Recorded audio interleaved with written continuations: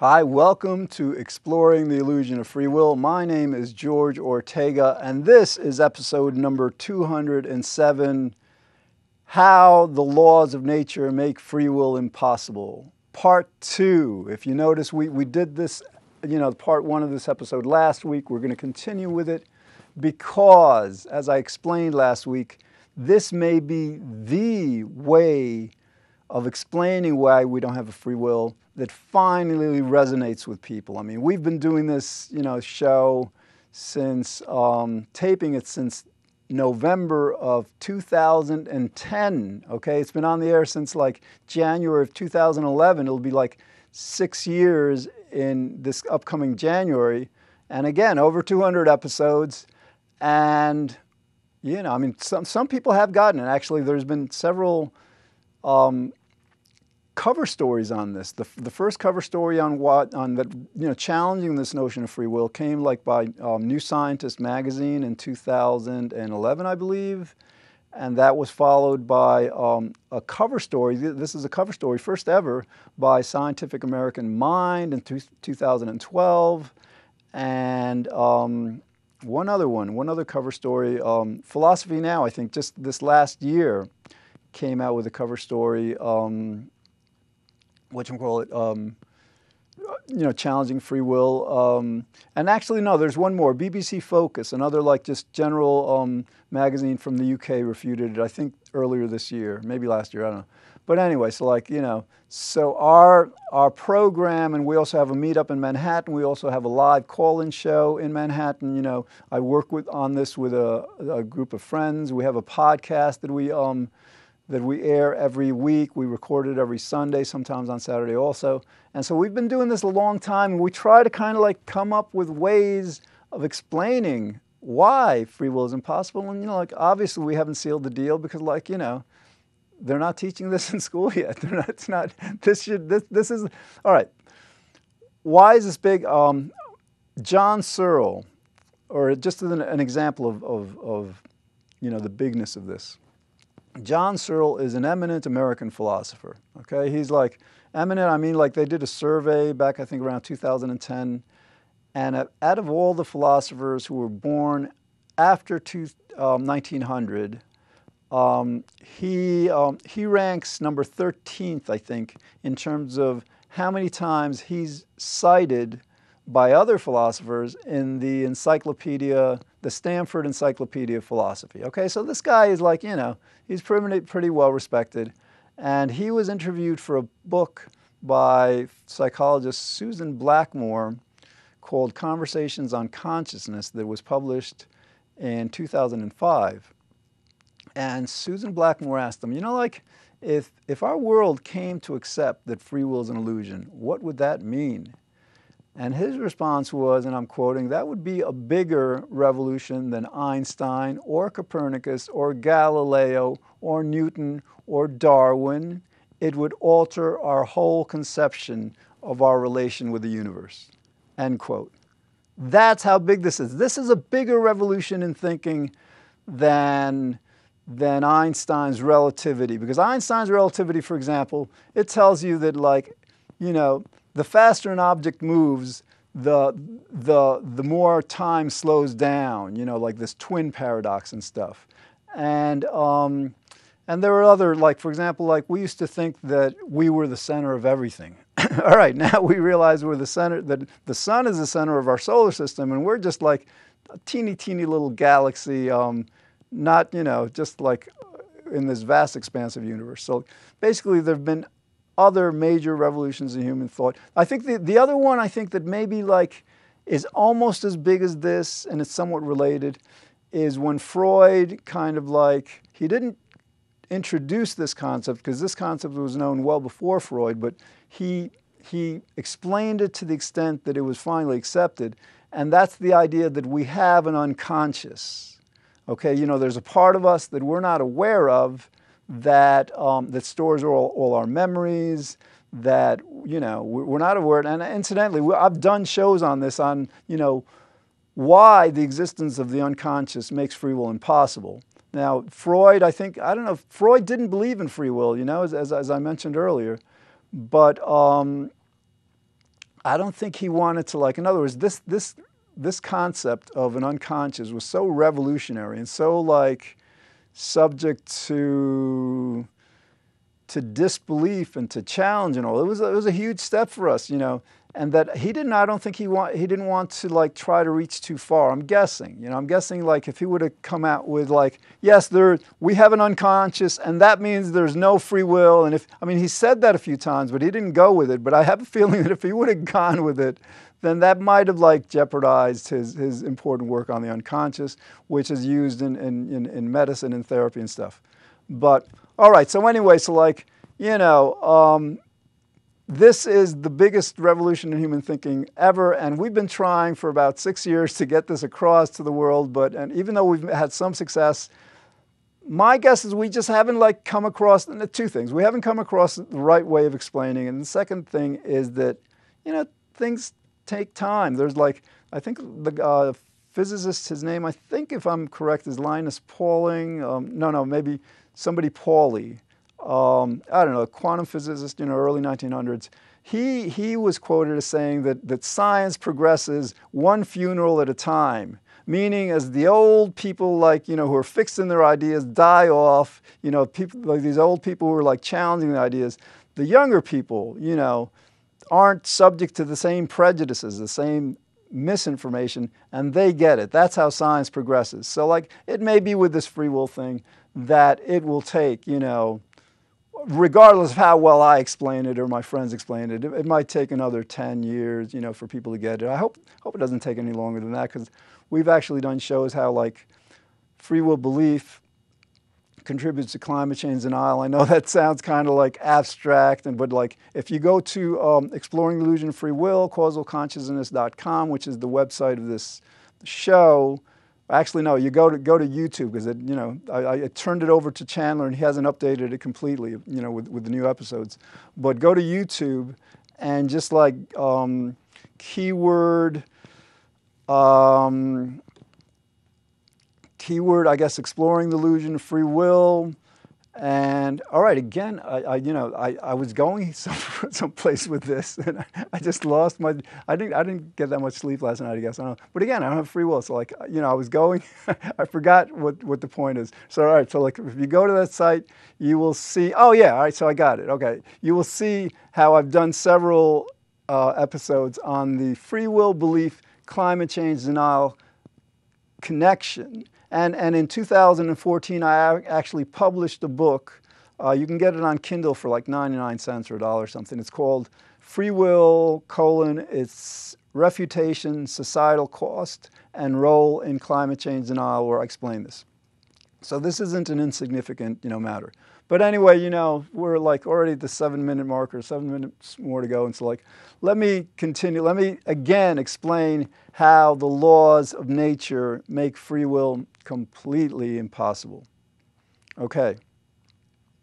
First, that, you know, we start with this unequivocal, unassailable, irrefutable, uncontested fact that the laws of nature control everything. Okay, now think about it. What did I just say? The laws of nature control everything. Okay, and there's some laws that we know, like gravity and the second law of thermodynamics and some chemical laws. And there's some laws that remain yet unknown. But so, like, we can say, yes, the laws of nature, both known and unknown, in principle, and, you know, this is verified by so much empirical evidence in science, physics, chemistry, and all, control everything. Okay? Again, the laws of nature control everything. Now, this is basic logic. Okay? I'm not like, this isn't like advanced science. Think about it. If, because the laws of nature control everything, that means that we human beings don't control anything. Okay, this belief in free will says that it's up to us, you know, what we think, what we feel, what we say, what we do. You know, the belief in free will says that, like, you know, nothing is making us do anything that's not under our control. Okay? Well, you know, no, the laws of nature are controlling everything, so nothing is up to us. Okay? Basic logic. Now, it shouldn't take our world's greatest thinkers to have to figure this out for us because it is so basic.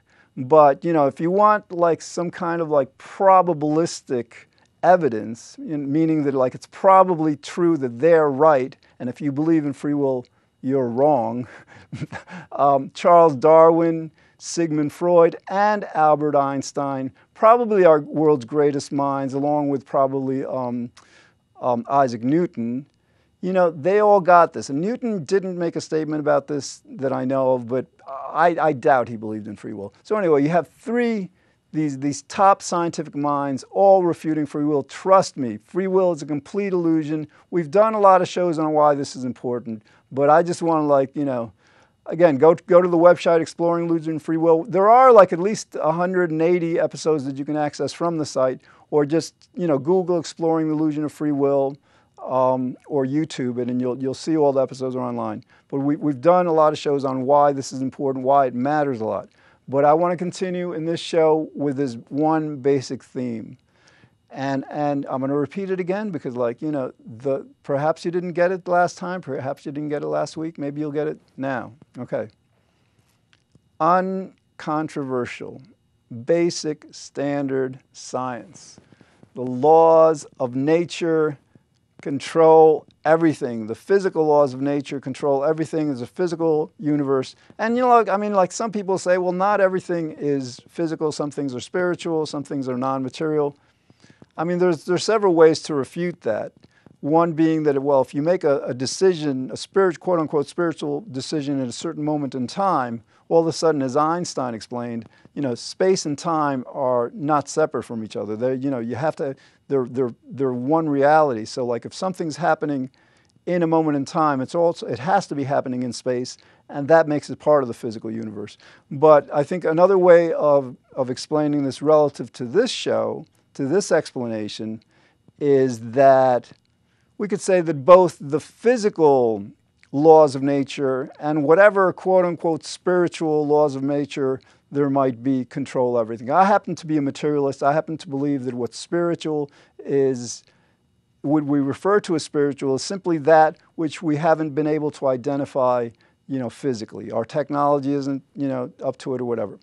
But anyway, the basic point here is that the laws of nature control everything. Control, okay? That means that they determine it. They make what happens happen. Nothing can happen that the laws of nature don't want to happen or prohibit from happening or don't allow to happen, okay? The laws of nature are like God. All right, so you have the laws of nature controlling everything. Ask yourself, if the laws of nature control everything, how are you or we controlling anything? Absolutely impossible, and that's it. So, I reached this epiphany, when was it? About a week ago or so. I posted it on Daily Coast, this political site. Then I posted it on my blog, Exogenous Agency, at wordpress.com, whatever. And so I explain it there. But now, we're going to do episodes. This is like the second in a series of 3, and we may want to go 6 episodes because, right now we're going through the basic, theme in broad strokes. But maybe Chandler will want to get into more of what are the laws of nature, and I certainly could do a bit more research on this because, the idea behind this is you may have to hear this 10 times, 20 times before it gets through your need to believe that you have a free will. Because the reason you don't get this is because you have this, you're probably saying to yourself, oh no, we've got to have a free will because if we don't have a free will, my God, the world wouldn't make sense. That's kind of like saying, well, the world has to be flat because if it was an orb, the people on the bottom would fall off. Let's say before people understood gravity, okay? So people need things to make sense, and they feel uncomfortable when they don't. But if you hear this 10, 20 times, you might get why free will is impossible. All right, I've got about 27 seconds left. So now we're going to hear from Chandler, who's going to hopefully explain this better than I have, or in different ways, or to appeal to different people so that, like, you know, you'll understand this more clearly. And yes, all right. So, like, all right, here's Chandler Klebs from Lee's Summit, Missouri. Take it away, Chandler. Hi, I'm Chandler Klebs, and I'm here again talking about how the laws of nature make free will impossible. And I would encourage you to go back and look at the first video I recorded on this topic, because I spent quite a bit of time defining free will and defining what a law of nature is. But here's the important thing to understand is basically there are implications in your worldview, your belief system, when it comes to the laws of nature. Because in the first video, I talked about the laws of nature. Humans can't control them. They can't speed or slow down the earth. They can't change. They can't make gravity stronger or weaker. They can't, you know, make such a thing as hot ice. You know what I mean? It's like there's some things that nature works a certain way. The universe or the world or reality, whatever you call it. You could call it reality. You could call it science. Whatever you call it. You know, I call it the universe or nature, and George calls it God. And this is what's interesting. I think George is going to like this. Okay, and here's why. Because one of the biggest debates that people have in this world has to do with God. Okay, it has to do with the existence of God. And this is where it gets interesting, because now, since I said in the first video that humans can't change or alter a law of nature, they cannot, you know, they can't just change the way reality works to be however they want. And just like I said, they can't make the world random if it's completely causal, and they can't make it completely causal or deterministic if there was a causal indeterminism in the world. So that's the important thing to understand, is humans can't do that. But then along will come a theist, for example, and they'll say, well, God can control the laws of nature. God can change a law of nature. Well, here's the fun part. It's kind of a funny thing, but here's the important thing to understand. If you believe in God, whatever type of God it is, whether it's the Christian, the Muslim, or one of the Hindu gods, or the pantheist or acutheist God that George proposes, that doesn't give you a free will. And so I'm going to explain how the laws of nature, or God in this case, let's call it the laws of God in this case, if God is nature, synonymous with nature or the universe. Well, here's the interesting part, is that even, okay, this is tricky, because you cannot control or choose what God does. That's the important thing to understand, is that I think most theists would agree, is that you cannot choose, you cannot control God to make God do what you want. Which is a little bit interesting, because a lot of religions also include prayer as part of their religion, where it's them begging God to change things that they don't like. Which is interesting, because it kind of goes along with the idea that God is all-powerful, yet they think that they have power to change God's plan or whatever. But anyway, I don't want to get too off topic. The main point is that humans and other animals, for that matter, this isn't limited just to humans, but it's mostly going to be humans who are listening to this video. So I'm just going to stick with humans for now. Humans don't get control. They don't get such a thing as a free choice or free will, because the term is so contradictory.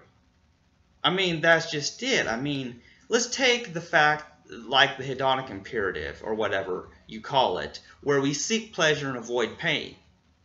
Things make us feel good, we keep doing them. And if things make us feel bad, we tend to avoid them. You know, we run away from fire because we know that it will burn and hurt us. All it takes is just getting burnt once in your life, and you know fire hurts, so you tend to avoid it. So that's just it. So naturally, we want to avoid pain and we want to seek pleasure, and this is an obvious fact. I mean, this is evident. I mean, and if you, it's kind of funny because if someone tries to disagree with me on that and say, well, there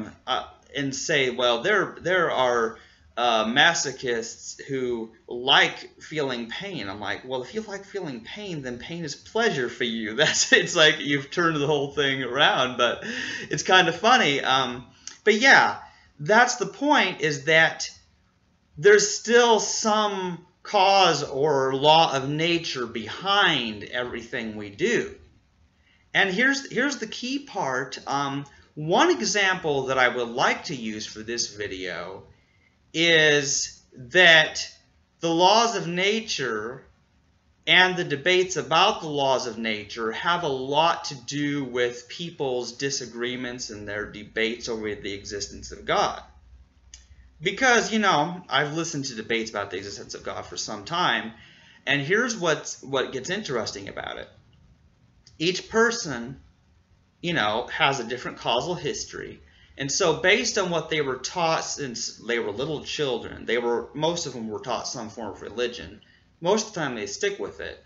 But a lot of the times what we have is people, they are aware of different aspects of the universe, and so they have different opinions about the age of the earth. They've got different opinions. You've got creationists versus people who believe evolution. You know, you've got all these disagreements and debates about reality. But what are they arguing about? They're arguing about reality. They're arguing about what the laws of nature are. But in a sense, to fight with each other about the laws of nature is, okay, it's a little funny because the one thing they're all in agreement on is that there are laws of nature. They're in agreement that there's a way the world works. It's just that they, like, you can have two people or more who, from the time they were toddlers, their family and their culture taught them different things. One person says, well, the earth is flat. The other person says the earth is round. One person has a culture that says, oh, God doesn't exist. The other person has a culture that says God does exist and he created the earth 6,000 years ago, you know. So that's the whole point, is that people aren't even choosing their beliefs about nature or the laws of nature. People don't even choose what their religious beliefs or scientific beliefs or whatever you call it. People don't even choose what they believe, which I think is a very important thing to understand, because it helps you not get so angry at people when they believe differently than you. And this is very difficult for people to understand, because on one hand, they think each person is entitled to have different beliefs and that we must respect each other's beliefs about whether God exists or not, or whether evolution is true, or all these different debates that people have. But at the same time, they try to use scientific or logical or religious arguments to force people to believe their way. And this is kind of interesting because, I mean, I guess, okay, some of this, and this is just speculation, okay? So don't take this too seriously, what I'm about to say, but this is just the way I see it, okay? My opinion, which I didn't choose. I didn't choose this opinion, okay, people? Okay, so the important thing to understand is that people, okay, they don't choose what they believe because they don't choose their past. They don't choose what their senses observe. But they want to believe that their idea of reality is right. And I think what happens is when somebody else has a different idea about reality, it threatens them. Like, because then they think, well, I want to be right. I want to have the right idea of reality. And so if somebody else disagrees, I have to prove them wrong. And what I've been realizing the last few years is, no, you don't necessarily have to prove them wrong. You know what I mean? Because it's sort of like, can you live your life and find your happiness even if other people disagree with you? And that's something I've been thinking about recently. But for the most part, when somebody tries to convince somebody that something is true or false, there's a reason behind it. Don't just listen to what the person's saying. Listen to or investigate the reason why they're saying it. For example, there are people who agree with George and I and the other free will skeptics or whatever, and they say, oh yeah, free will doesn't exist, but they will say, but if we tell people they don't have a free will, then they're going to go all kill and rape and steal all the time, which is weird. It's an argument from adverse consequences, but there are people who are fine with keeping an illusion and lying in order to keep people acting the way they want them to. But yeah, I hope I didn't get too off topic there. But the point is, people have emotional biases. They have moral and other reasons why not only do they believe something, but why they have a desire to convert other people to their belief system. And I think this is observable and demonstrable, that you've got people debating these issues. People debate political and religious and scientific viewpoints all the time. And you know what? I think it's good. But one final thing I want to say is that we will not make progress as long as we're believing in free will, because if we do, we're going to blame people for having the wrong opinions. You chose to believe the wrong thing. And so anyway, yeah, I hope I didn't get too off topic. And George and I will be covering more of these topics in future episodes. So I hope that this was educational and you learned something about, why people do what they do. That's what I'm interested in, and that's why I'm part of this no free will movement, if you can call it that. Thank you for listening, and goodbye.